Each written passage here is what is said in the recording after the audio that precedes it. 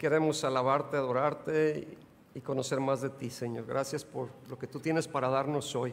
Yo te pido que tú nos toques, nos abraces, que hoy podamos crecer, madurar, avanzar, que abras nuestro entendimiento, que traigas revelación a nuestro espíritu, Señor, y hoy podamos conocerte mejor. Danos identidad, Señor. Te lo pido en el nombre del Señor Jesús. Amén. Amén. Bien. Hoy quiero hablarles sobre la historia del Evangelio y vamos a ver desde los primeros años o desde el momento en que nace la iglesia hasta el 26 de octubre de 2025, o sea, hoy. Vamos a ver toda esa historia, vamos a ver como una línea de tiempo. Tomen apuntes y pongan mucha atención porque esto nos va a ayudar a entender muchas cosas. Hoy, bueno, en este fin de este mes se está conmemorando la Reforma Protestante. ¿Quién ha oído este término de Reforma Protestante? Okay. Bueno, muchos a lo mejor no saben ni qué onda. Bueno, les voy a explicar ahorita que cuando salgamos aquí salgamos con mayor entendimiento de esto. Y la Reforma Protestante no solo fue un movimiento, sino una obra del Espíritu Santo que volvió a la centralidad de Cristo, o sea, a centrarnos en Cristo y a regresar la palabra de Dios para tenerla en la iglesia. Entonces, hoy vamos a hablar de esto. No solo voy a hablar de Lutero, que fue parte importante en esto, Martín Lutero, sino muchos otros reformadores, muchas otras personas que tuvieron que ver con que nosotros hoy podamos tener la palabra de Dios. A ver, presúmanme su Biblia. ¿Quién tiene Biblia? Es una buena compra tener una buena Biblia. Bueno, yo te digo, luego vemos la tuya. La Biblia, qué importante que podamos tenerla, pero sabes que para poder hoy tener nosotros la Biblia, hubo gente que derramó sangre para que pudiéramos tener esto hoy aquí. Hoy tú puedes tener muchas Biblias en tu casa, puedes traerla en tu celular. Decía, prendes la televisión y ves programas que te hablan de la Biblia, pero un tiempo no era esto así. Y hoy quiero que veamos un poquito de esto. En Juan 8, versículo 32, nos dice, y conoceréis la verdad. ¿Se la saben? Y conoceréis la verdad y la verdad os hará libres. Esto es la verdad. Y cuando tú conoces la verdad, eres libre. Pero hay un enemigo que no quiere que tú seas libre, que no quiere que tú conozcas la verdad. Y a través de los años en la historia vamos a ver cómo él estuvo poniendo oposición para que la Biblia estuviera disponible para la gente. Hace más de 2000 años nació la iglesia y cuando nace la iglesia no nació en templos, sino que nace en los corazones de las personas que estaban reunidas. Y el Espíritu Santo vino a transformar estas vidas. Hoy vamos a ver una serie de 5, bueno, miren, la historia es muy larga, son miles de años, pero yo la estoy condensando hay gente que lo divide de diferente forma. Yo estoy haciendo 5 divisiones y cada una de estas tiene cosas importantes que podamos aprender. A lo largo de los años la iglesia ha pasado por persecución, por obscuridad, por reformas, por avivamientos y muchas cosas que han estado sucediendo a lo largo de la historia del cristianismo. Y hoy que estamos de alguna forma conmemorando la Reforma Protestante, vemos que es un movimiento que marcó el cristianismo. Y ahí nos damos cuenta, nos recuerda la Reforma que Cristo salva y que solo la Escritura es la que nos guía. Y solo la gracia de Dios es la que redime. Así es que hoy vamos a celebrar de esta forma, estudiando lo que ha sucedido en la historia. Y vamos a poner a Jesús en el centro nuevamente y lo podemos hacer gracias a personas que arriesgaron sus vidas. Ok, entonces voy a hablar de los orígenes de la iglesia cristiana, de la Edad Media, de la Reforma, de cómo llegó el Evangelio a México. Incluso les voy a hablar de cómo llegó a Ciudad Valles. Estuve estudiando ahí, yo no soy historiador, pero tiene uno ya muchos recursos disponibles donde uno puede estar aprendiendo. Entonces hice una especie de resumen de toda esta historia y empezamos número 1, cuando nace la iglesia. Es el cristianismo primitivo, que algunos lo llaman, y lo estoy juntando con el cristianismo apostólico. ¿Cómo nace la iglesia? Y vamos a ir viendo una línea de tiempo para que ustedes vayan viendo en qué año estamos en cada momento que les estoy comentando. Empezamos más o menos en el año 30 después de Cristo. Ese día, el día de Pentecostés, Jesús ya les había prometido que iba a venir el Espíritu Santo sobre ellos y les dijo: no se vayan, quédense en Jerusalén hasta que se cumpla esta promesa, hasta que venga el poder de lo alto y descienda sobre ustedes y sean bautizados con el Espíritu Santo. Y la iglesia entonces nació en Jerusalén cuando el Espíritu Santo descendió sobre los discípulos en el día de Pentecostés. Si vamos a Hechos 2, acompáñenme a Hechos 2, Hechos capítulo 2, versículo 1, nos dice: cuando llegó el día de Pentecostés, estaban todos unánimes juntos, y de repente vino del cielo un estruendo como de un viento recio que soplaba, el cual llenó toda la casa donde estaban sentados, y se les aparecieron lenguas repartidas como de fuego, asentándose sobre cada uno de ellos, y fueron todos llenos del Espíritu Santo y comenzaron a hablar en otras lenguas según el Espíritu les daba que hablasen. Entonces la iglesia no tenía templos, no tenía construcciones, no tenía poder político, tenía el Espíritu Santo y tenía una firme convicción de que Jesús es el Señor. Eso es lo que sabían, es lo que los mantenía unidos. Y los primeros creyentes, dice la Biblia, que vivían en común, compartían el pan, estaban en casas, perseveraban en las enseñanzas de los apóstoles. Y si leen ahí Hechos 2, versículo 44, nos empieza diciendo que todos los que habían creído, porque tienes que ser un creyente, todos los que habían creído estaban juntos y tenían las cosas en común. Y ya me dice más cosas, y luego el versículo 47 al final dice que el Señor añadía cada día a la iglesia los que habían de ser salvos. Así como el Señor te trajo a ti, así como el Señor me trajo a mí, el Señor es el que está añadiendo a los que van a ser salvos a su iglesia. Y fue un tiempo espiritual tremendo, hubo fuego espiritual, hubo un avivamiento, un despertar, había milagros, había señales que seguían la predicación de la palabra, había unidad, había una fe inquebrantable, porque ellos sabían que su Mesías, su Salvador, había resucitado, había vencido la muerte, había pagado sus pecados, y estaban entonces desarrollándose en pañales la iglesia, pero estaba creciendo y avanzando. Y los primeros creyentes empezaron a tener persecución. En primer lugar, de los mismos judíos, de los mismos vecinos, eran los que iban a atacarlos.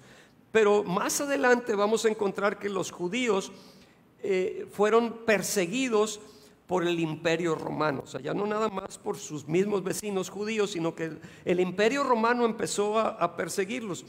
Y mientras eran perseguidos, más crecía su fe.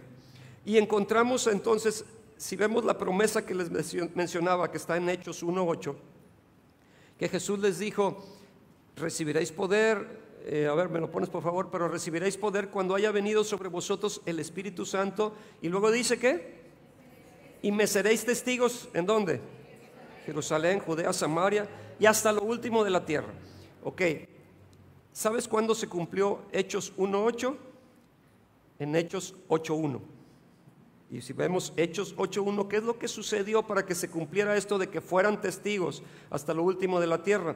En Hechos 8:1 dice: y Saulo, quien después fue Pablo, consentía en su muerte. En aquel día, dice, hubo una gran persecución contra la iglesia. Y si Dios está diciendo una gran persecución, no está exagerando. O sea, imagínate cómo fue una gran persecución contra la iglesia que estaba en Jerusalén. Ahí había nacido la iglesia, en Jerusalén. Y luego dice: y todos fueron esparcidos. O sea, a causa de la persecución los obligaron a irse y se fueron por tierras de Judea, de Samaria, salvo los apóstoles. Esos son los que se quedaron. Y si leemos el versículo 4 de Hechos 8, dice: pero los que fueron esparcidos, ¿qué pasó? Iban anunciando el evangelio por donde pasaban. Y esto sucede contigo. Cuando tú conoces a Cristo, tú a todo el mundo le quieres hablar de eso que conociste. Y estás en tu primer amor y no sé cómo haces las pláticas, pero tú hablas de Cristo. Y fíjate lo que me pasó y pues, me gustaría orar por ti, o no sé, de alguna forma tú estás compartiendo lo poquito que sabes, lo estás compartiendo. Esto sucedió con estos discípulos. fueron esparcidos a causa de la persecución, pero donde iban ellos iban hablando de Cristo, y así fue creciendo la iglesia. Ya no nada más estaba en Jerusalén, sino que empezó a alcanzar otros lugares como estaba profetizado que iba a pasar. Y a pesar de esta gran persecución judía, el evangelio entonces, que empezó con los judíos, el evangelio se extendió por donde quiera que iban y alcanzó a los gentiles. Los gentiles son todo aquel que no es judío.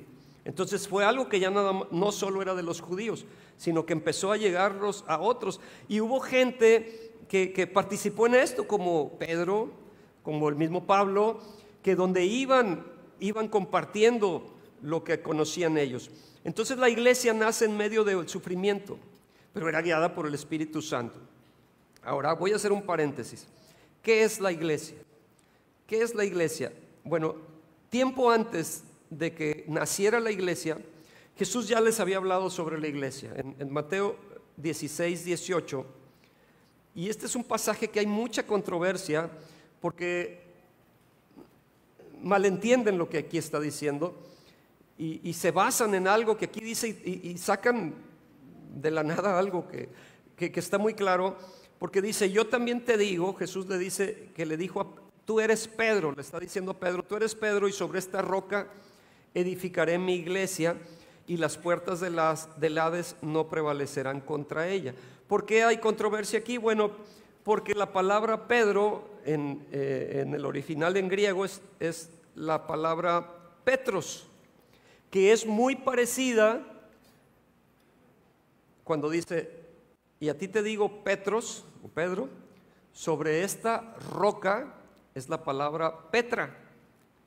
A ti te digo Petros, que sobre esta Petra edificaré mi iglesia. Entonces muchos dicen: sobre Pedro va a edificar la iglesia, y de ahí sacan que el Papa viene de Pedro y empiezan a sacar ahí toda una teoría, pero no es lo que está diciendo. La palabra Pedro o Petros quiere decir un pedazo de roca o una piedra chiquita.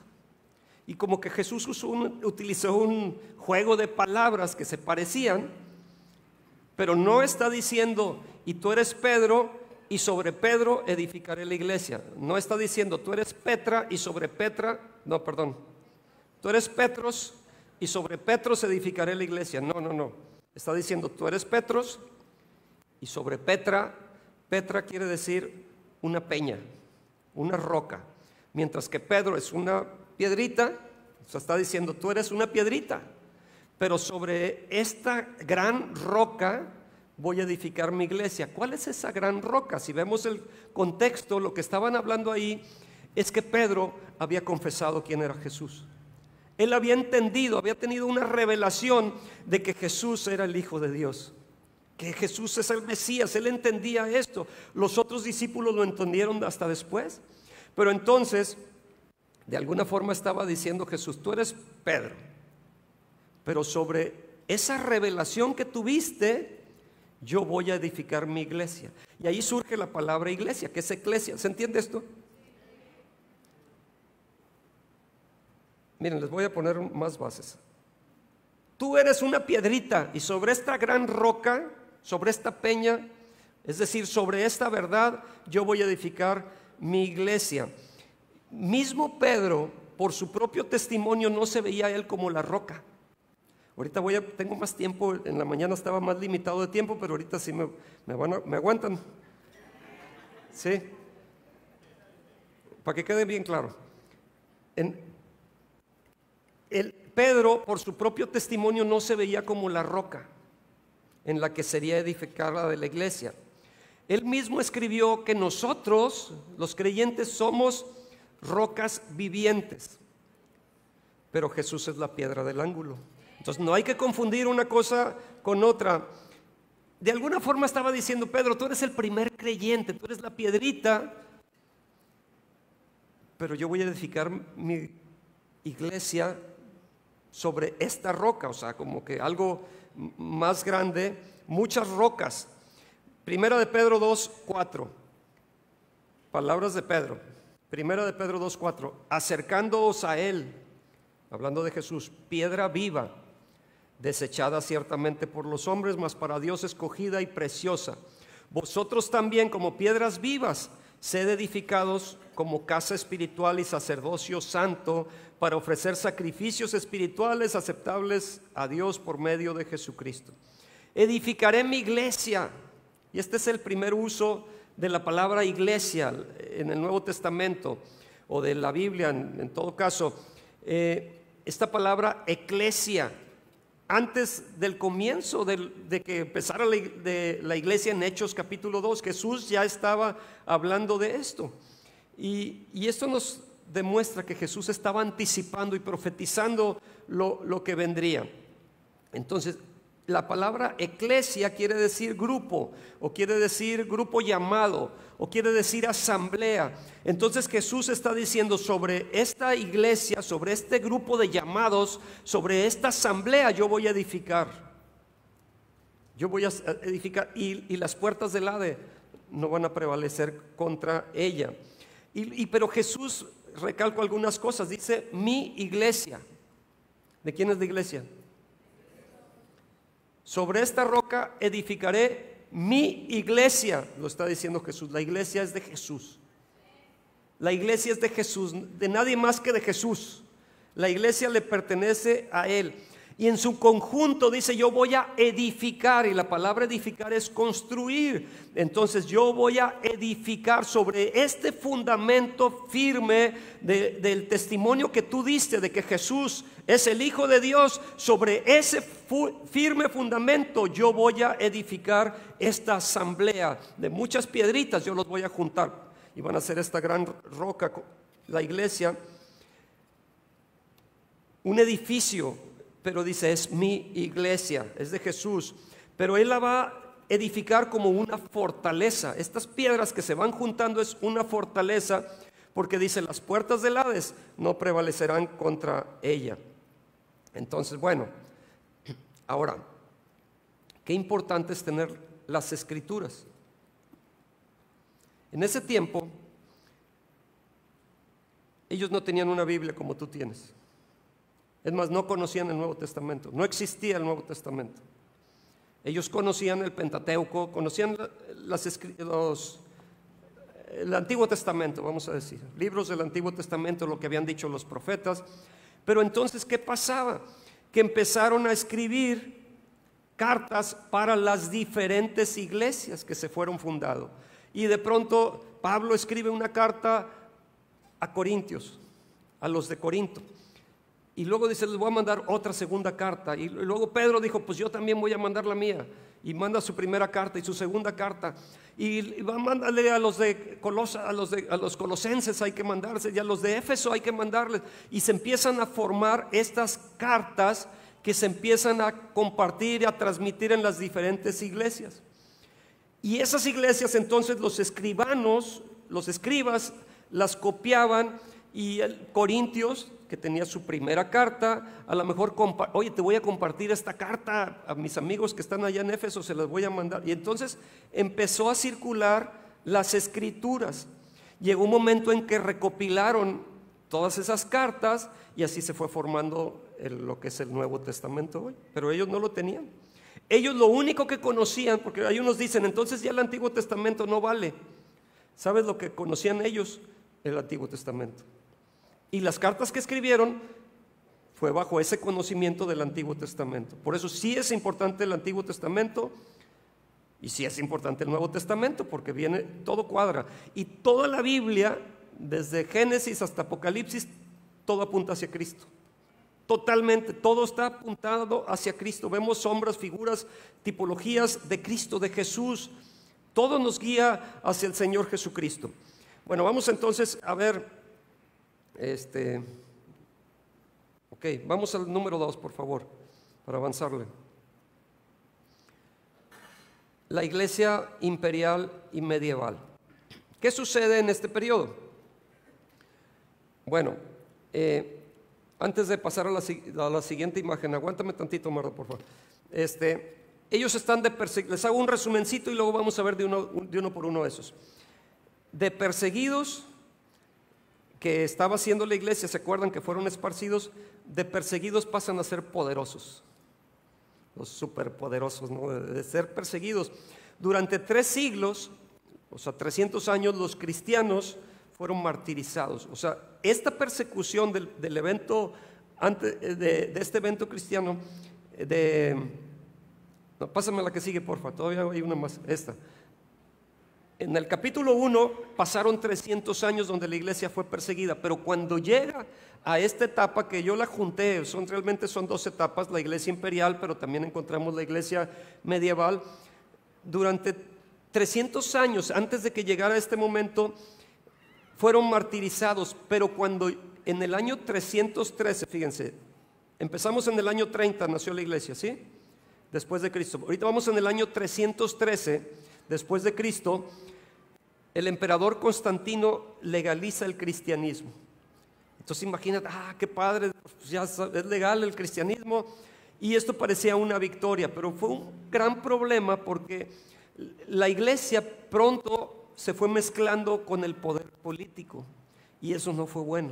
Aunque aparentemente era algo bueno, no llegó a ser bueno.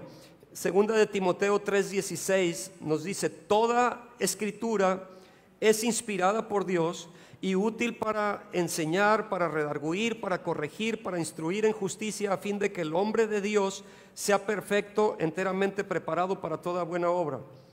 ¿De qué me está hablando aquí? Ya a lo mejor ya se los olvidó. Primer versículo que leímos, ¿de qué me está hablando? De la escritura. ¿Sí me están poniendo atención? De la escritura. Dice, toda la escritura es inspirada por Dios. Pero ¿qué pasa si de alguna forma yo, o el poder político o lo que haya, quita la escritura? Es inspirada por Dios y es útil para redarguir, para corregir, pero si les quitas la escritura, entonces no va a ser útil. Y esto fue una maquinación, fue algo maquiavélico, algo diabólico, que el enemigo trató de robar la escritura. Lo ha estado haciendo por todo este tiempo. En toda esta historia, el enemigo ha tratado de bloquear que la escritura te llegue a ti. Gracias a Dios que hoy tenemos una Biblia, pero mucho tiempo no se tenía. Y durante la Edad Media, la palabra de alguna forma estuvo encadenada y no podía llegar a la gente. La gente solo conocía lo que el clero le decía. Pero a mí me interesa saber lo que Dios me dice, no el que está parado aquí habla.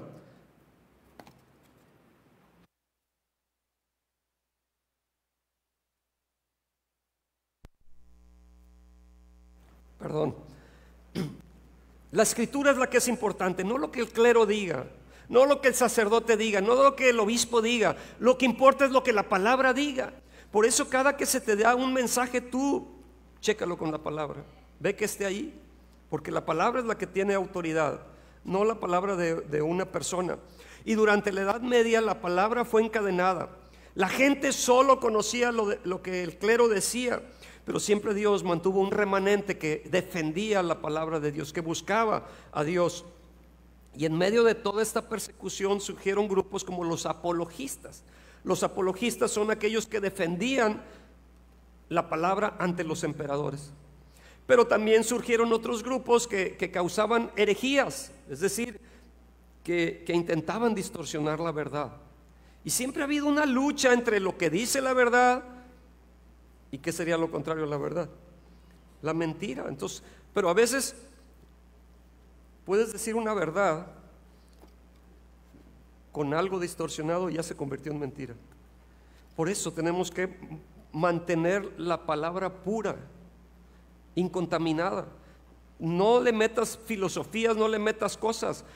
Hay muchos grupos que utilizan la Biblia pero le meten otras cosas. Eso debemos evitar. Tiene que ser la palabra es pura, como plata refinada en horno de tierra, purificada 7 veces, dice la Biblia. Tenemos que mantener la Biblia pura, sin distorsión, sin meterle, añadirle cosas, sin quitarle.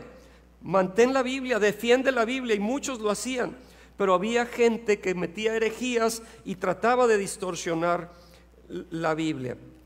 Y en el año 313 les decía, el emperador Constantino legaliza el cristianismo. Más tarde entonces el cristianismo se convierte en la religión oficial del Imperio Romano. Parecía una victoria, pero se empezaron a mezclar con el poder político. La iglesia, se institucionalizó, se volvió parte del imperio y poco a poco se fue alejando de las Escrituras. Y le gustaba más tener el poder que tener la palabra. Y esto fue lo que sucediendo en la historia. Sucedieron herejías, supersticiones, y surgió entonces en este periodo una iglesia dominante que negaba la Biblia al pueblo. Durante este periodo, ya vean el año que estamos, 313 al 476 después de Cristo, en la línea del tiempo, se le negaba la palabra al pueblo. No querían, estaba restringido. Vamos a ver este periodo. Asciende la iglesia al poder. Después de que hubo una persecución del cristianismo, hubo unos edictos imperiales que vinieron a beneficiar a la iglesia. Fue proclamada la religión oficial del imperio, y durante este periodo sucedieron algunas cosas buenas que hay que resaltar. Por ejemplo, el arte se difundió muy bien, y la iglesia influyó mucho en el arte, en la cultura de muchas personas. Hubo legislaciones que se hicieron de acuerdo a principios que tenía la iglesia, y todo eso fue excelente, fue muy bueno. Hubo moralidad. Los emperadores construyeron iglesias, apoyaron las misiones, promulgaron leyes a favor de los cristianos y de lo que creían los cristianos. Pero de pronto empiezan a surgir algunos conflictos teológicos, por ejemplo, en relación a la Trinidad o en relación a Cristo. Y surge entonces una división en la iglesia entre el oriente y el occidente. Ya de pronto ya hay los que creen una cosa y los que creen otra. Empieza a haber este tipo de divisiones. Y esta cristianización, entre comillas, del imperio, que fue clave. O sea, cuando nombran que era el cristianismo la religión oficial, esto fue clave para fundar una iglesia centralizada.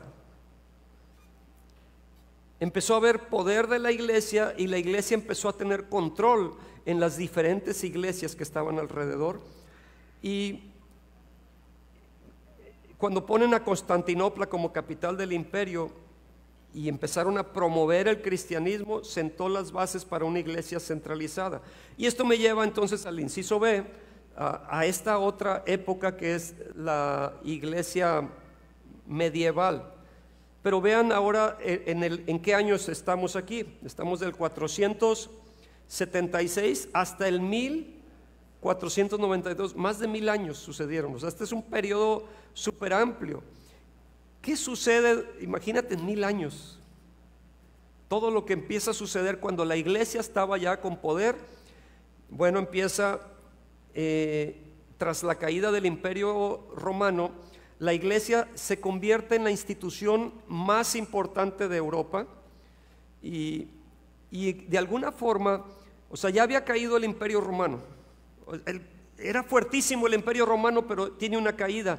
Sin embargo, la iglesia sigue fuerte, y de alguna forma le da una estabilidad política y social la iglesia, porque la iglesia tenía poder en muchos lados.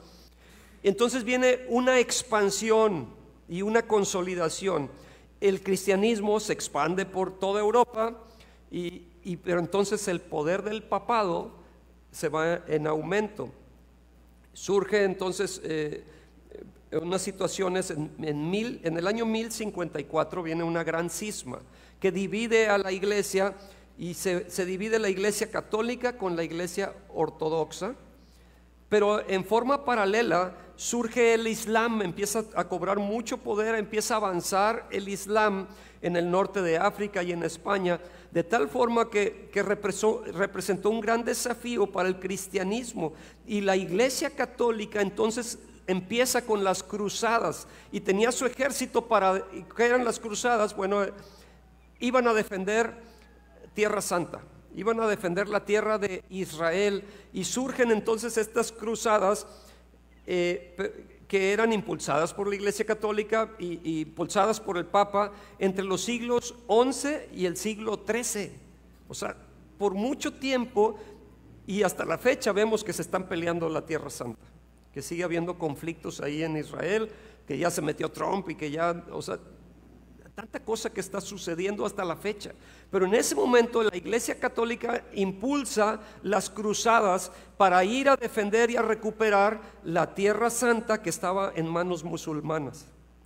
Bueno, todo este tipo de cosas están sucediendo en este periodo y empieza a haber un auge. El siglo XIII surgen las órdenes como la franciscana, como la dominica, que ellos se centraron en la predicación y también en la asistencia a los pobres. Y son cosas buenas que empezaron a suceder, pero alrededor de todo esto había una gran corrupción y por eso luego vino la Reforma. A finales de la Edad Media había una corrupción de lo que era el papado y otros abusos que empezaron a crecer tanto que hubo un gran descontento. Y esto fue lo que vino a formar las bases de la Reforma, que es lo que estamos celebrando en octubre de este año. Estamos recordando lo que sucedió hace más de 500 años. Viene esta reforma a causa de todo lo que estaba sucediendo. Pero en los siglos anteriores a la Reforma ya habían surgido muchas voces que se habían levantado con descontento. Y les doy algunos ejemplos. Miren, desde el... O bueno, a ver, les voy a decir, ¿qué es lo que la Reforma llegó a revelarse, pues, a tratar de cambiar durante este periodo? Por ejemplo, estaba la venta de indulgencias. ¿Quién ha oído de venta de indulgencias? Venta de indulgencias, ok. Fue de los escándalos más notorios la venta de indulgencias porque se intensificó para financiar la construcción de la Basílica de San Pedro. Dijeron, oye, tenemos que recaudar fondos de entre la gente, de entre los fieles de la iglesia, necesitamos que nos den dinero. ¿Cómo le hacemos? Pues ¿cómo ves si les vendemos indulgencias? Vamos a decirles, oye, yo te voy a vender este documento que te va a perdonar tus pecados. Yo te voy a vender este papel y con este ya tú limpias tus pecados. Antes lo que había que hacer era confesarlos, pero no, ahora yo te lo voy a vender. Entonces, al mejor postor yo le voy a dar, ¿cuánto me dan por esto? Y de ahí ellos iban recaudando dinero para construir esta Basílica de San Pedro. Eran documentos que a cambio de dinero prometían a los creyentes la remisión de sus pecados temporales. Y se podía comprar incluso para sacar a un familiar del purgatorio. Yo tengo un tío que ya murió, pero va a estar en el purgatorio. Oye, ¿cuánto me cobras por sacar a mi tío? Mi tío me cayó muy bien, es más, me dejó una herencia. Yo quiero sacar a mi tío del purgatorio. Pues te voy a dar te lo voy a dejar en 1,000 pesos. Y entonces iban recaudando dinero. Y empezó esta corrupción. Prometían el perdón de pecados al mejor postor, y por eso aquí es cuando Martín Lutero se revela y dice, oye, esto no está bien, esto no es correcto, eso que estamos haciendo. Martín Lutero era un monje católico y dijo, no está bien lo que tenemos nosotros aquí en la iglesia, y fue cuando fue a grabar sus 95 tesis ahí en la puerta, ahí en Wittenberg, y dijo, esto no es correcto. Y empezó esta revolución. ¿Qué más estaba sucediendo de corrupción en la iglesia? Había lo que llaman simonía, que es la compra y venta de cargos y oficios eclesiásticos, como de obispos o sacerdotes. O sea, ¿cuánto me dejas el cargo de sacerdote? No, pues este sale barato, te lo dejo en unos 30,000 pesos. Y el de obispo, no, ese ya es como de 60 para arriba, depende en dónde, en qué sede, qué plaza quieres. Empezó a hacer este tipo de cosas y buscaban la mejor oferta. Muchos puestos de poder eran ocupados por personas adineradas. Pues si está bien, dame la de obispo, está padre esa de obispo, se oye bonito. Y entonces ponían gente que tenía dinero, en vez de poner gente que tenía una vocación o tenía un llamado o tenía las capacidades para hacerlo. También había nepotismo. Nepotismo cuando los papas o los obispos o de otros cargos de poder a menudo nombraban a sus parientes, y muchas veces eran sus hijos, pero los camuflajeaban como que es mi sobrino y era el hijo, y los metían allí con posiciones eclesiásticas importantes. Y había un favoritismo antes que ver los méritos de la persona o sus capacidades. Y era como un negocio familiar esto, ¿no? Que aquí yo meto a mi gente, yo la voy a acomodar, tengo hueso, y yo tengo poder, tengo autoridad, voy a asegurarles el futuro a mis hijos, que se suponía que ellos no debían de tener hijos, pero los ponían como sobrinos. Había el incumplimiento del celibato, porque ellos tenían un voto de celibato, es decir, de que no iban a casarse. Sin embargo, sí tenían hijos, y les digo, los ponían como sobrinos, y estos miembros del clero no respetaban su celibato, mantenían relaciones sentimentales a pesar de sus votos. Pero también había lujos y avaricia. Aunque se esperaba que los clérigos fueran un ejemplo de austeridad, muchos obispos, cardenales y papas vivían con un lujo desmedido y centraban su interés en el poder y en la riqueza material. Y este era un estilo de vida muy ostentoso que contrastaba con la pobreza de los feligreses, que no iba bien esto, y esto generaba muchas críticas. O sea, había gente que lo notaba y decía, oye, esto no es correcto. Pero además había un poder político y terrenal, porque la iglesia ejercía un poder tan grande, tan fuerte como los reinos y los señoríos que había. Entonces el Papa, además de ser un líder espiritual, también se convertía en un líder político que tenía muchísima autoridad y se metía constantemente en conflictos políticos que no le tocaban, y actuaba como si fuera un príncipe, ¿no?, en vez de un guía religioso. Y había abusos espirituales, porque en la Edad Media se comerciaba con numerosas reliquias falsas. Iban y te vendían una estilla de la cruz de Jesús, por ejemplo, ¿no? O un hueso de San Pedro. O sea, tengo ahí el cadáver de San Pedro. Hay una iglesia en Alemania donde según ahí tienen a los 3 reyes magos. Yo no sé de dónde sacaron que son 3. Pues es Melchor, Gaspar y Baltasar, ¿verdad? Ya me acordé. La Biblia no habla de eso, claro, pero ahí los tienen, y es un lugar turístico, es una iglesia muy grande donde la gente va a ver el lugar donde están enterrados los 3 reyes magos. Hay un lugar en Canadá donde tienen la mano de la Virgen, o algo así, ¿no? La pierna de la Virgen, o de no sé qué.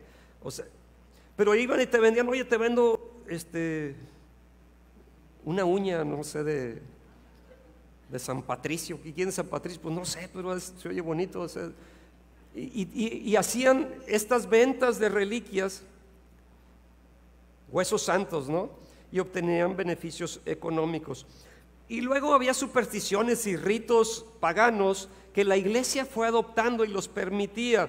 Muchas prácticas populares empezaron a mezclar con la fe cristiana, como la adivinación, como la astrología, como creencias místicas que están reprobadas por la Biblia. Son abominación al Señor, pero ellos empezaron a jugar con eso. Entonces hubo voces que obviamente se levantaron y decían, eso no es correcto, no podemos permitir eso dentro de la iglesia. Y una más les doy, el uso de la excomunión. Y esta era una forma de extorsionar incluso a jefes de gobiernos. Era una condena oficial de la iglesia que decía, te voy a excomunar, te voy a expulsar de la iglesia. Era una herramienta para extorsionar o para presionar a reyes, a emperadores, con la cosa de que te voy a sacar de la iglesia. Y todo este tipo de cosas, obvio que hubo reacción de los reformadores, hubo un gran descontento. Entonces en el siglo XVI surge esta reforma protestante, y críticos como Martín Lutero y otros que ahorita les menciono, al ver estas prácticas, al ver la autoridad papal y el abuso que estaba habiendo, y la teología católica que estaba distorsionada, que se había salido de lo sano de la palabra de Dios, ellos empiezan a levantar su voz. Y aquí es cuando esas 95 tesis de Lutero van y denuncian la venta de indulgencias. Y eso fue el detonante de la reforma. Entonces vamos, punto número 3, entramos, ahí está la reforma. Va más rápido que yo, Mardo, me va ganando. Aunque hubo muchos movimientos previos a la reforma, como les doy algunos, Pedro Baldo, en el siglo XII, vean, me estoy regresando en la historia, ¿Cuándo fue la reforma? Siglo XVI. En el siglo XII, o sea, muchos años antes, cientos de años antes, Pedro Baldo, él rechazó el purgatorio. Porque la Biblia no habla de eso. Y dijo, pues ¿de dónde sacas esa idea del purgatorio? Rechazó las indulgencias, o sea que ya tenían muchos años en existencia. Es más, él decía que el sermón bíblico debía de ser en el idioma de la gente, no en latín. Porque ¿sabías que les hablaban en latín? O sea, imagínense que yo vengo y te hablo en chino. Pues bueno, no hablo chino, pero tú tampoco, entonces no sabes si te estoy hablando algo bueno o malo. Y te doy el mismo sermón la semana que entra y todos uy, qué bien, se aventó el pastor hoy, ¿verdad? Les hablaban en latín y nadie hablaba latín. Entonces, ¿de qué servía eso? Y Pedro Baldo decía, no, tienen que hablarle en el idioma de la gente, si no, ¿cómo va a entender la gente? John Wycliffe, en el siglo XIV, él defendió la autoridad suprema de la Biblia. Dijo, esta es la máxima autoridad, no lo que te diga el obispo, no es lo que te diga el sacerdote, no es lo que te diga incluso el papa. La autoridad es esta. Esta es la autoridad. Y es más, él tradujo la Biblia en inglés para que la puedan leer. Desde el siglo XIV, que estuviera accesible al pueblo. Cuestionó la autoridad papal y las indulgencias. Juan Hus, en el siglo XV, un sacerdote y teólogo checo, él predicó contra la venta de indulgencias y contra la corrupción del clero. Entonces hubo más gente que levantaba su voz y que fueron perseguidos y algunos los mataron por estar levantando la voz. Romanos 1:17, este fue un versículo clave. Romanos 1:17 dice, porque, a ver, ¿me ayudan?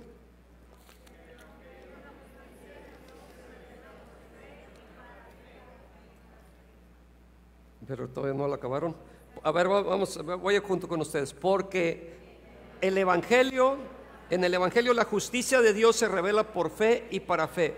Como está escrito, el justo por la fe vivirá. O sea, esto está escrito. No es algo dicho por el clero, no es algo dicho por los hombres. Está escrito, inspirado por Dios. El justo por la fe vivirá. Y cuando lee esto Lutero, o sea, esto ardió en su corazón. Y esto fue en el siglo XVI. Un monje alemán, Martín Lutero, lee este versículo, se enciende su corazón con la verdad y dijo, esto se tiene que saber. Y en 1517, ahí háganle cuentas cuántos años llevamos ahorita. 1517, él va y clava en la puerta de la iglesia en Wittenberg estas 95 tesis, donde estaba estaba desafiando las prácticas corruptas de la iglesia de su tiempo. Él dijo, no podemos seguir así. Él era un católico, un buen católico, diciendo, no debemos de mantener esto así.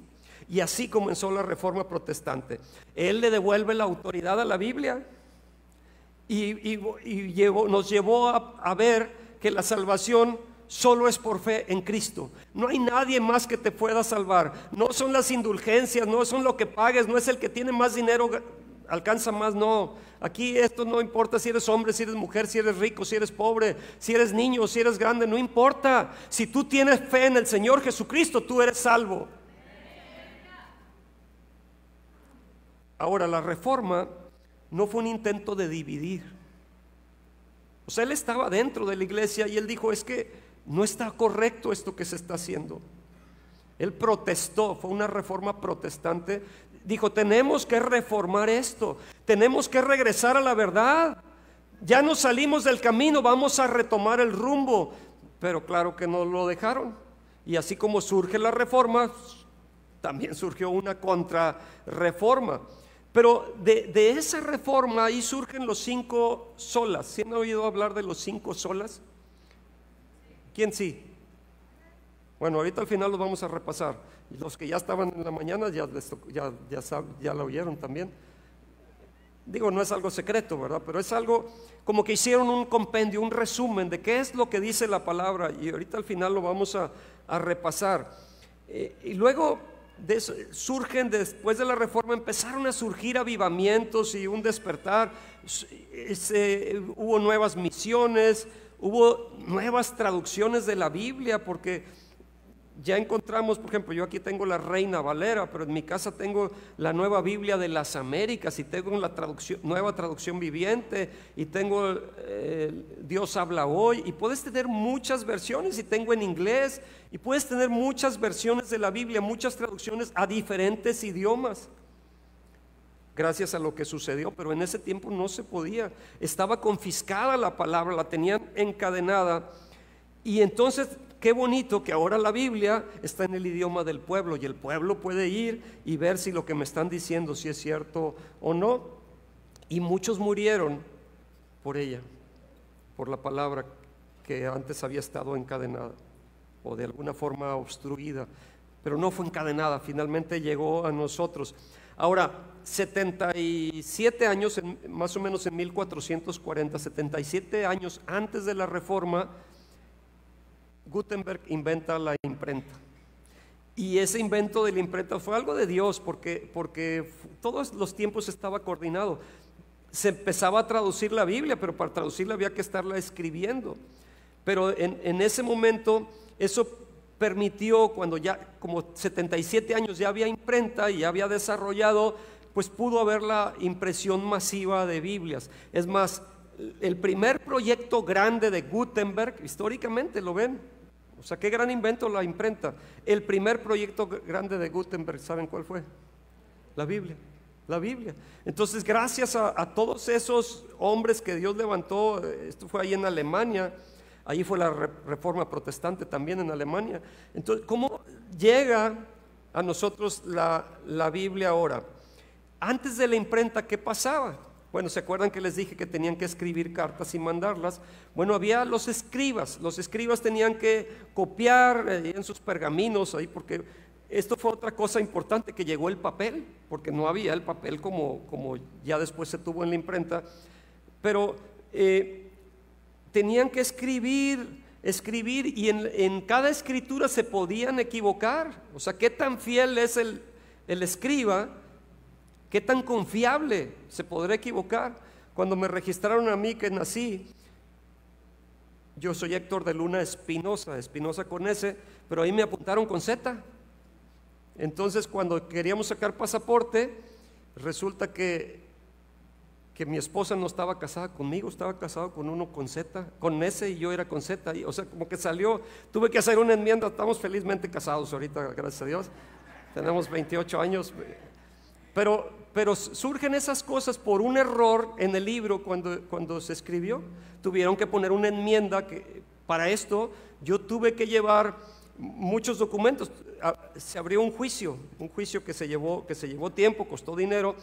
Tuve que llevar documentos, por ejemplo, de mi abuelito, como su nombre estaba, y tuve que ir aquí en el mercado a buscar porque la iglesia era la que controlaba toda esa documentación. Eran los documentos oficiales, los controlaba la iglesia, no el Estado. Y tuve que ir ahí a ver que me dieran un acta de donde habían registrado a mi abuelito, que su apellido era con S, y tuve que hacer así varios trámites. Ya me metí en cosas que no, ¿verdad? Bueno, vamos a regresar a lo que es. Con la Reforma la Biblia regresó al centro. Eso es lo importante. La Biblia regresó al centro porque ya no estaba en el centro, y millones encontraron la libertad de poder leer la palabra de Dios. Y entonces el Evangelio se extiende por Europa, por América, por Asia, por África. Y vamos al punto número 4. Capítulo 4, la iglesia contemporánea y la llegada. Punto 4, no capítulo, punto 4, la iglesia contemporánea y la llegada del Evangelio a México. Buscan el Salmo 119, versículo 105. Salmo 119, versículo 105. Lámpara es a mis pies tu palabra y lumbrera mi camino. Lámpara es a mis pies tu palabra y lumbrera mi camino. Todo el Salmo 119 habla de la palabra de Dios. Pero esta es una lámpara que nos encamina, que nos guía, que nos dirige. Pero con la llegada, dices, qué importante tener una lámpara, ¿no? Yo quiero tener una lámpara para saber qué hacer, para tomar decisiones, para ser guiado, para escuchar la voz de Dios. Esta es la lámpara que te dirige. Es una lumbrera a tu caminar. Pero con la llegada del Imperio Español aquí a la zona, la Biblia fue prohibida. Tú ya no podías tener una Biblia. Y dices, pero es mi lámpara. Sí, pero no la puedes tener. Se te prohibía. Y entonces surgió, ¿te acuerdan? La Inquisición, o la Santa Inquisición, que no tiene nada de santo. Castigaba con cárcel o con muerte a quien leyera o la tradujera. O sea, es de una pena de muerte, podía ser, o torturarte. La Inquisición durante siglos causó que por siglos el pueblo no tuviera acceso a la palabra. Ya la tenían en Europa, pero aquí no la teníamos. Aquí no estaba. Pero Dios no dejó de obrar. En el siglo XIX, hombres y mujeres valientes, y estuve recopilando historia. Yo no soy historiador, y esto que se los digo, si no lo leo se me olvida. O sea, yo no tengo la memoria como hay gente que te da con los datos muy bien, no. Pero hubo personajes importantes. Uno fue Diego Thompson, Melinda Rankin, Teófilo Barocio, que comenzaron a traer y a distribuir Biblias en el territorio mexicano. De hecho, este hombre, está muy interesante la historia de él, Teófilo Barocio, él mexicano, nacido en Montemorelos, Nuevo León, llegó a ser el primer pastor en todo México, o sea, el primer pastor mexicano en todo México. Teófilo Barocio, busquen ahí la historia de él, está interesante, en una iglesia bautista.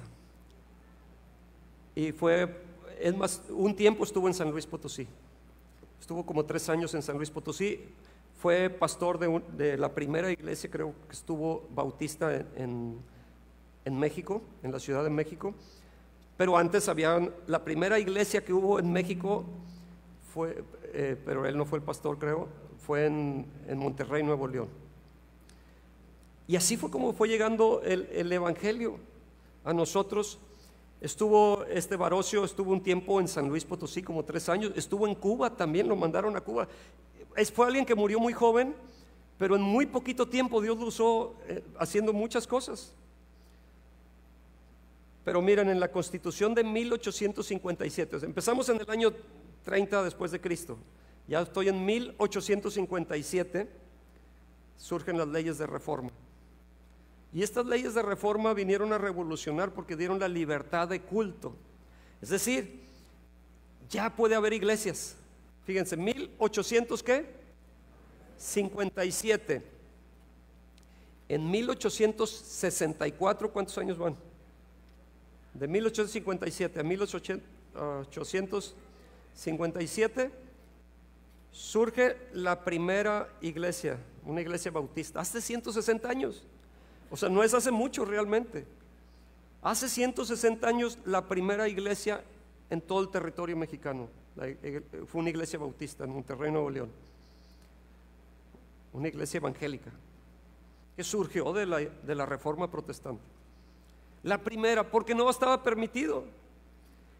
Llegaron los presbiterianos, llegaron los metodistas, llegaron los congregacionales, llegaron los bautistas, los luteranos obviamente, y ellos llegan y empiezan a fundar escuelas, hospitales, templos, porque ya había libertad. Y miren, ya acercándome a la fecha, 1899 a 1900, o sea, ya ¿hace cuántos años es esto? 1900 a 2000, a 2025, son matemáticos expertos ustedes, 125 años.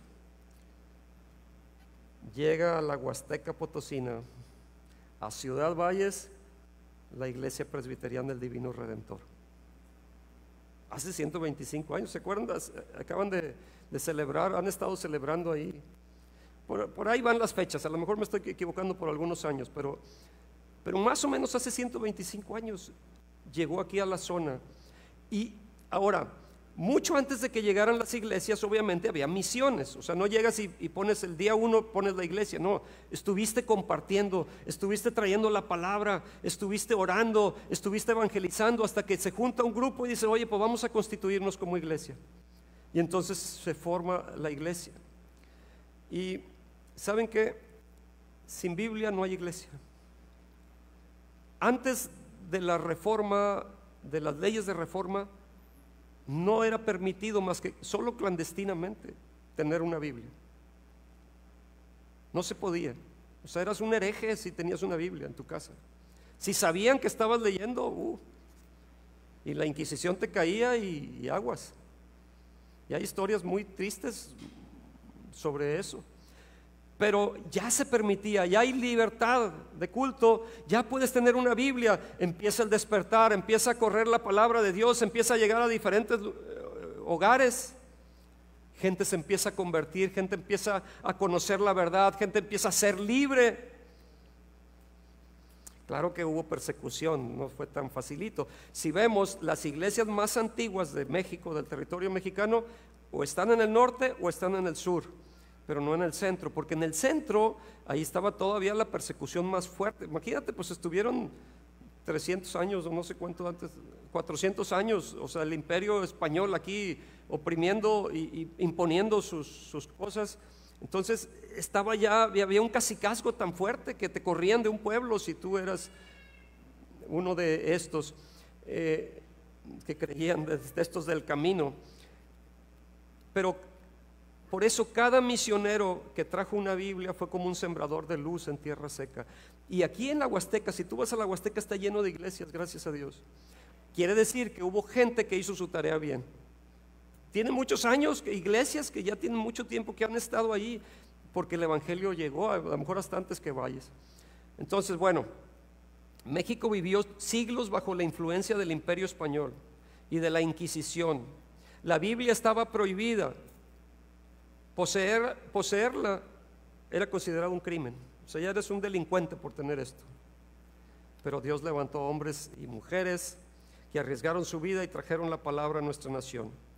Durante el siglo XIX surgen estas leyes de reforma y entonces debilitan este poder religioso dominante.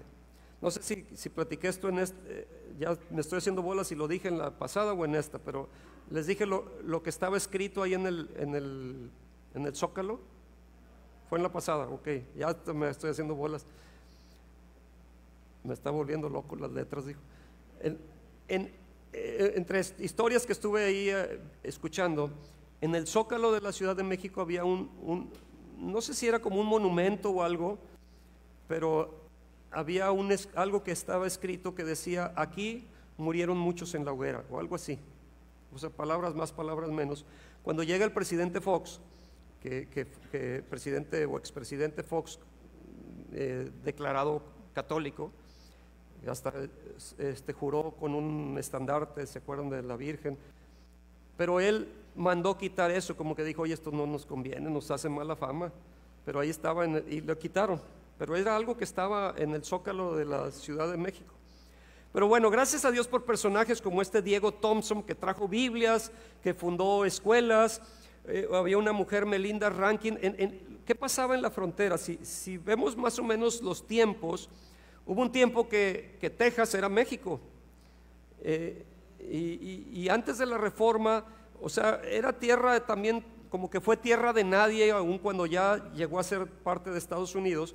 Y la frontera no era como ahorita a la vez que tienen una barda y que están vigilando. No, tú pasabas como si vas de aquí al Pujal, a lo mejor ya cruzabas Estados Unidos, ¿no? O sea, no había, sabías que de este árbol para allá es Estados Unidos y de aquí es México, o tal vez el río llegó a hacer la división, pero como que era tierra de nadie, ¿no? Ahí no había tanta presencia de lo que era la Inquisición y había más libertad de poder ir a predicar aunque estuviera prohibido.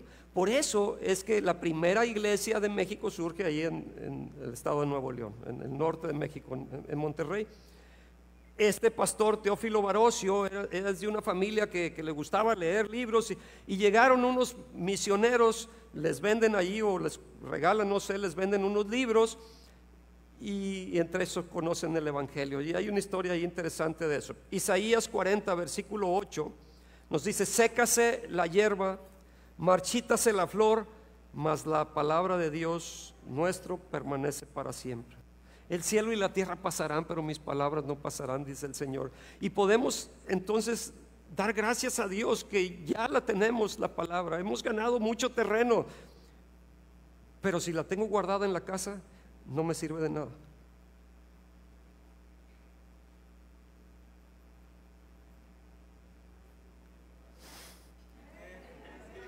Tenemos que leerla, ¿no? O sea, ya costó sangre esto. Gracias a Dios que ya la tenemos. Hay que estudiarla. Tenemos que pegarnos aquí. Y tenemos aquí herramientas a nuestra disposición. Hoy la puedes tener hasta en el celular. Aquí en la iglesia tenemos clases. Vente a las clases. Tenemos clases para estudiar la palabra juntos, para analizarla, para estar alimentándonos. Siguieron pues congregaciones presbiterianas, bautistas, metodistas, pentecostales, que plantaron las primeras iglesias. ¿Dónde surgen las iglesias pentecostales? Bueno, hubo un avivamiento en la calle Azusa, y donde hubo un despertar y empezaron con los dones del Espíritu Santo y hablar en lenguas y cosas que nosotros creemos. Y entonces de ahí nos llega luego el Evangelio y hay este avivamiento a nosotros. En la Huasteca Potosina, particularmente en Ciudad Valles, llegaron misioneros presbiterianos. Junto con esos misioneros presbiterianos también llegaron la iglesia, los peregrinos, pues, que ahora está esa iglesia. Compartieron la palabra casa por casa, hicieron su tarea. La iglesia de los peregrinos tiene más de 100 años, tiene 105 años, no sé cuántos tenga. Hace poco ellos celebraron su aniversario 100, hace unos años. Entonces, gracias a Dios porque la palabra llegó. Pero si te fijas, 100 años, aunque se oye mucho, no son muchos. O sea, seguimos siendo una iglesia en pañales. Y vemos entonces, bueno, me voy a adelantar. Gracias a Dios que contamos con la palabra, que tenemos acceso a ella, pero ¿qué tenemos que hacer nosotros? ¿Qué es lo que nos toca a nosotros? Hubo esta reforma, miren, les doy otras cosas. Cuando con las leyes de la reforma, los bienes del clero, porque el clero tenía muchas propiedades, tenía muchas posesiones, sus bienes pasan al control, a estar bajo el control estatal. Las leyes del matrimonio, el 23 de julio de 1859, el matrimonio religioso pierde su validez legal, así dicen las leyes. El civil se convierte en una obligación estatal.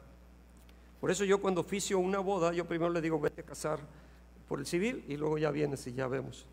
Y si no están casados por el civil, no oficio la boda, porque yo quiero que legalmente estén casados, porque así están las leyes en México.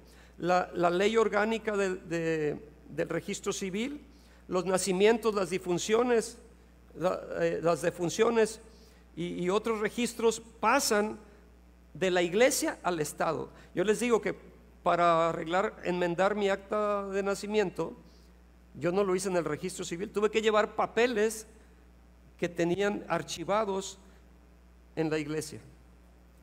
Y esos son legales, o sea, porque el control lo tenía la iglesia, pero ahora pasó a ser del Estado. Ley sobre la libertad de cultos, se permite que toda persona practique el culto que desee, y esto garantiza que cultos diferentes a los católicos puedan establecer iglesias. Se hicieron las clausuras de los conventos y de los monasterios, y dijeron: ya no pueden estar enclaustradas las personas ahí, los sacaron de ahí. Y bueno, se incorporó la libertad de expresión, la libertad de religión, la laicidad del Estado, entre otras cosas. Número 5, a ver, 5,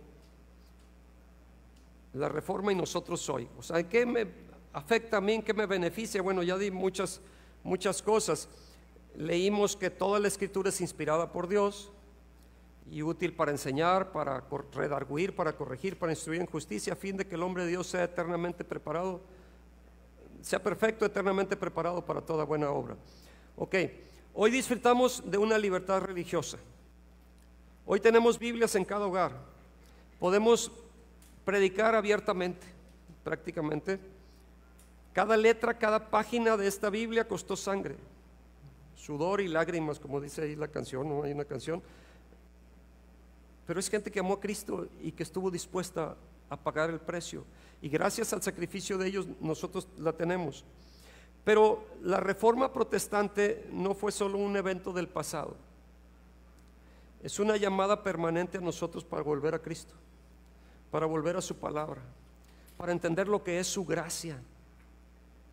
Seguimos en una, o sea, no es que ya fue la Reforma en ese año de 1517, sino que sí, la Reforma debe continuar. Quiero cerrar, que me acompañen en el libro de Mateo 21, Mateo 21, 12.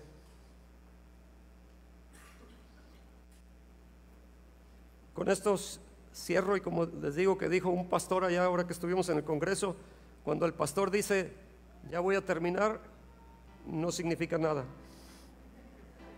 No, pero sí, ya voy a terminar.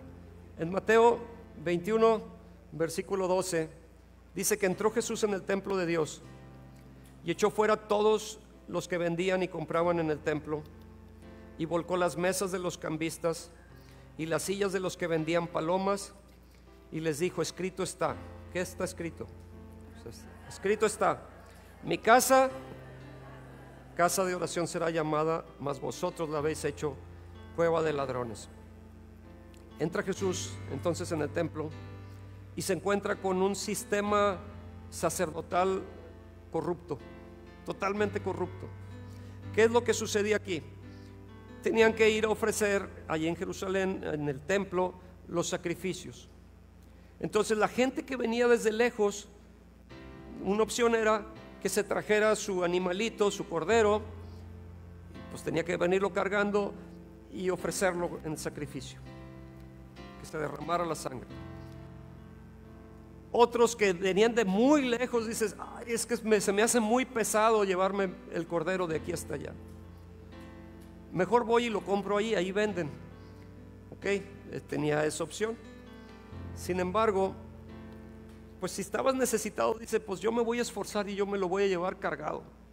O sea, yo ya lo tengo, lo he estado criando, esperando para ese momento. Voy a hacer el esfuerzo, lo llevo para presentarlo como sacrificio a nuestro Dios.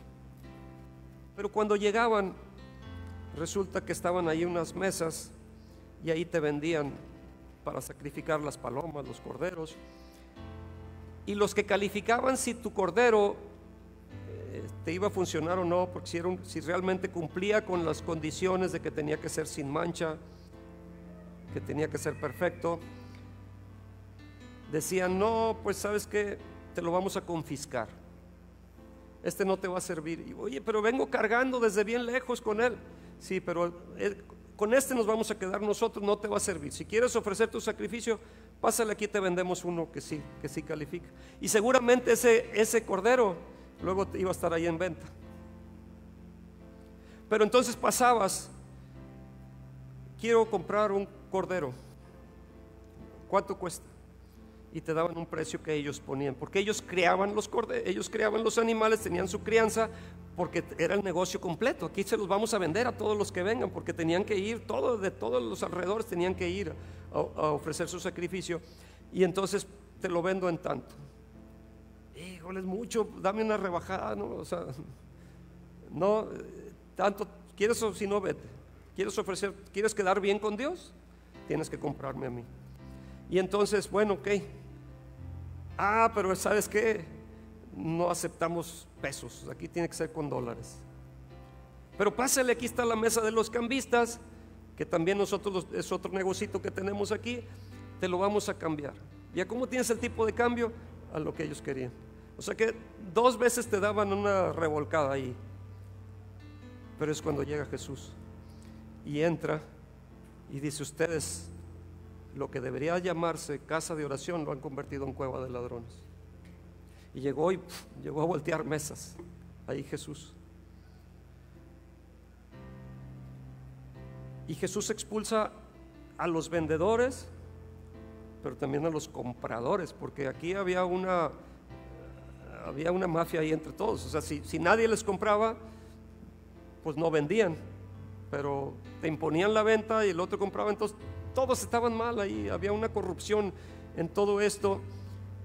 Por eso esto puede suceder en la iglesia actual, ahorita puede suceder.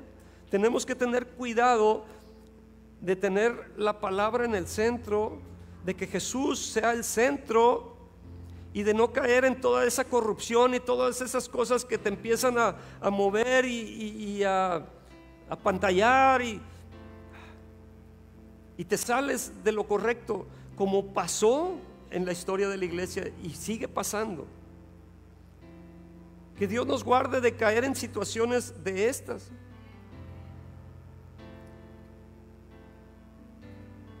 Con cueva de ladrones.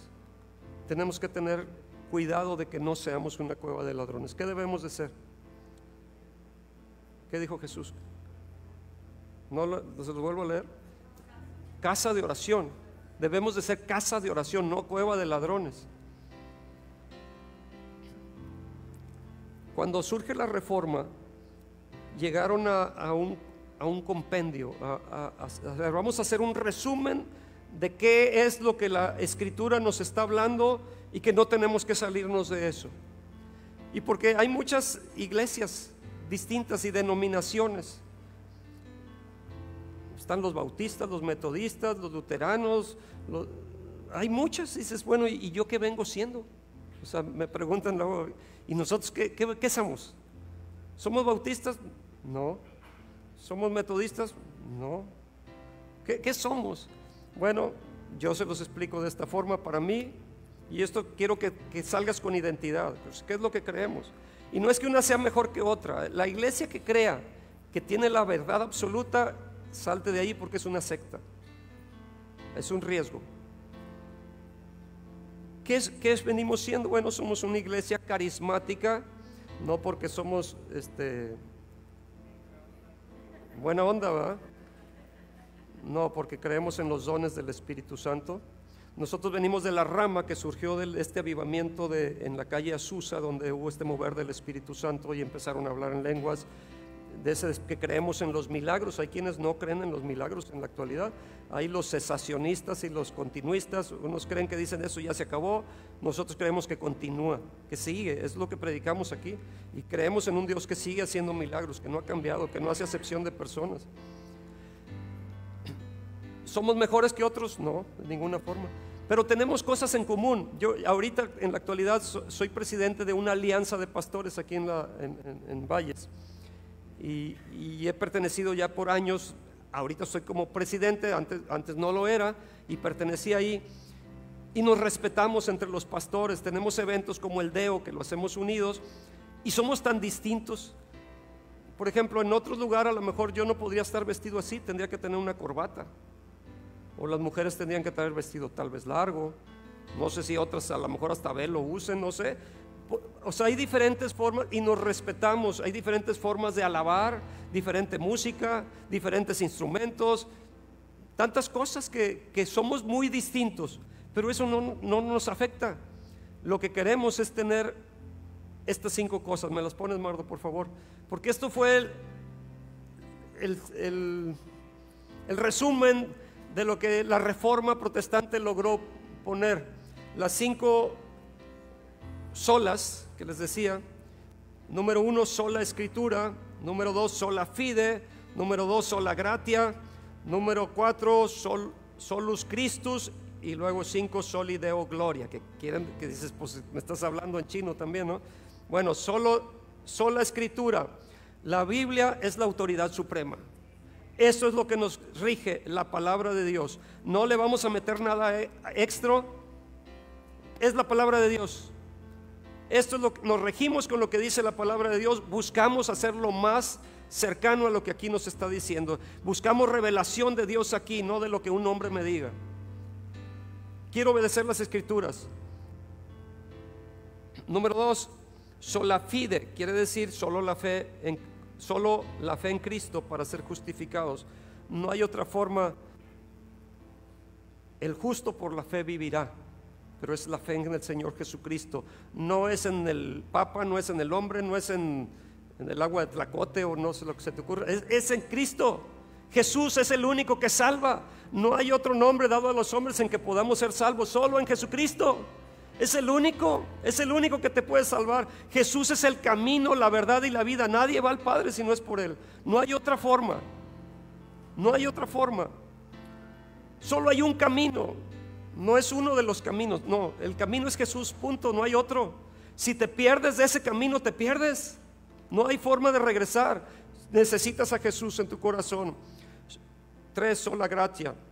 Solo por gracia, no por obras humanas. La gracia es un don inmerecido, es un regalo que Dios te da, que no lo tienes que comprar. No tienes que hacer obras para ganarte lo que Dios te regala. Si es un regalo, es un regalo.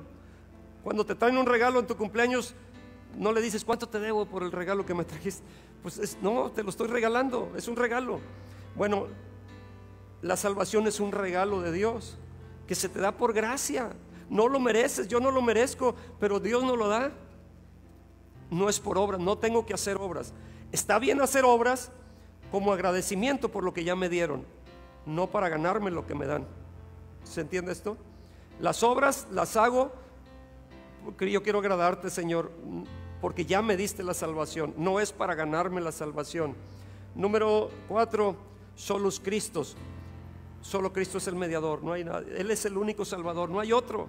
Solo Jesús, solo Jesús. Jesús es el que salva y tú necesitas a Jesús.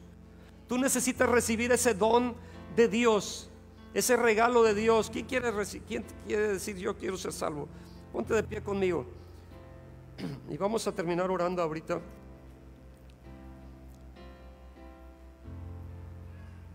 Muchos de los que están aquí yo sé que ya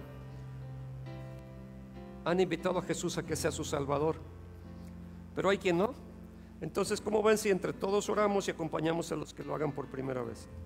Queremos orar invitando a Jesús a que sea nuestro Señor y Salvador, pedir perdón por nuestros pecados, porque ahorita vamos a ver el último 5, ahorita terminamos con ese, pero repite conmigo: Señor Jesús, yo te rindo mi vida.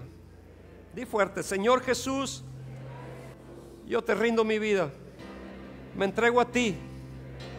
Reconozco mi necesidad de un Salvador. He pecado, me he equivocado, pero gracias porque tú eres un Dios que perdona, que restaura. Yo te entrego mi vida. Te invito a ser mi Señor y Salvador. Me someto a tu palabra, que es tu voluntad, que es la máxima autoridad. Me rindo a ti. Sé mi Señor y Rey. Amén. Pero la última es Soli Deo Gloria. ¿Qué quiere decir? La gloria es para Él. Puedes levantar tus manos y empezar a exaltarle y darle gracias a Él. Señor, te alabamos, te alabamos, te alabamos, Señor, gracias, gracias. Solo a ti damos la gloria, la alabanza, la adoración. Tú eres el Rey, tú eres Señor de todo. Gracias, Señor, porque hasta aquí tú nos has traído y nos has guardado. Gracias, Señor. Gracias, Señor, por lo que tú has hecho, Señor, por nosotros. Queremos alabarte y adorarte. Te reconocemos como el único Dios verdadero. No hay otro. No hay otro. No queremos tener dioses ajenos delante de ti. Solo a ti queremos darte la alabanza, la gloria, la honra. Tuyo es el imperio, tuya es la potencia, tuya es toda la alabanza y la gloria, Señor. En el nombre del Señor Jesús. Amén. Amén. Pueden tomar asiento. Dios les bendiga.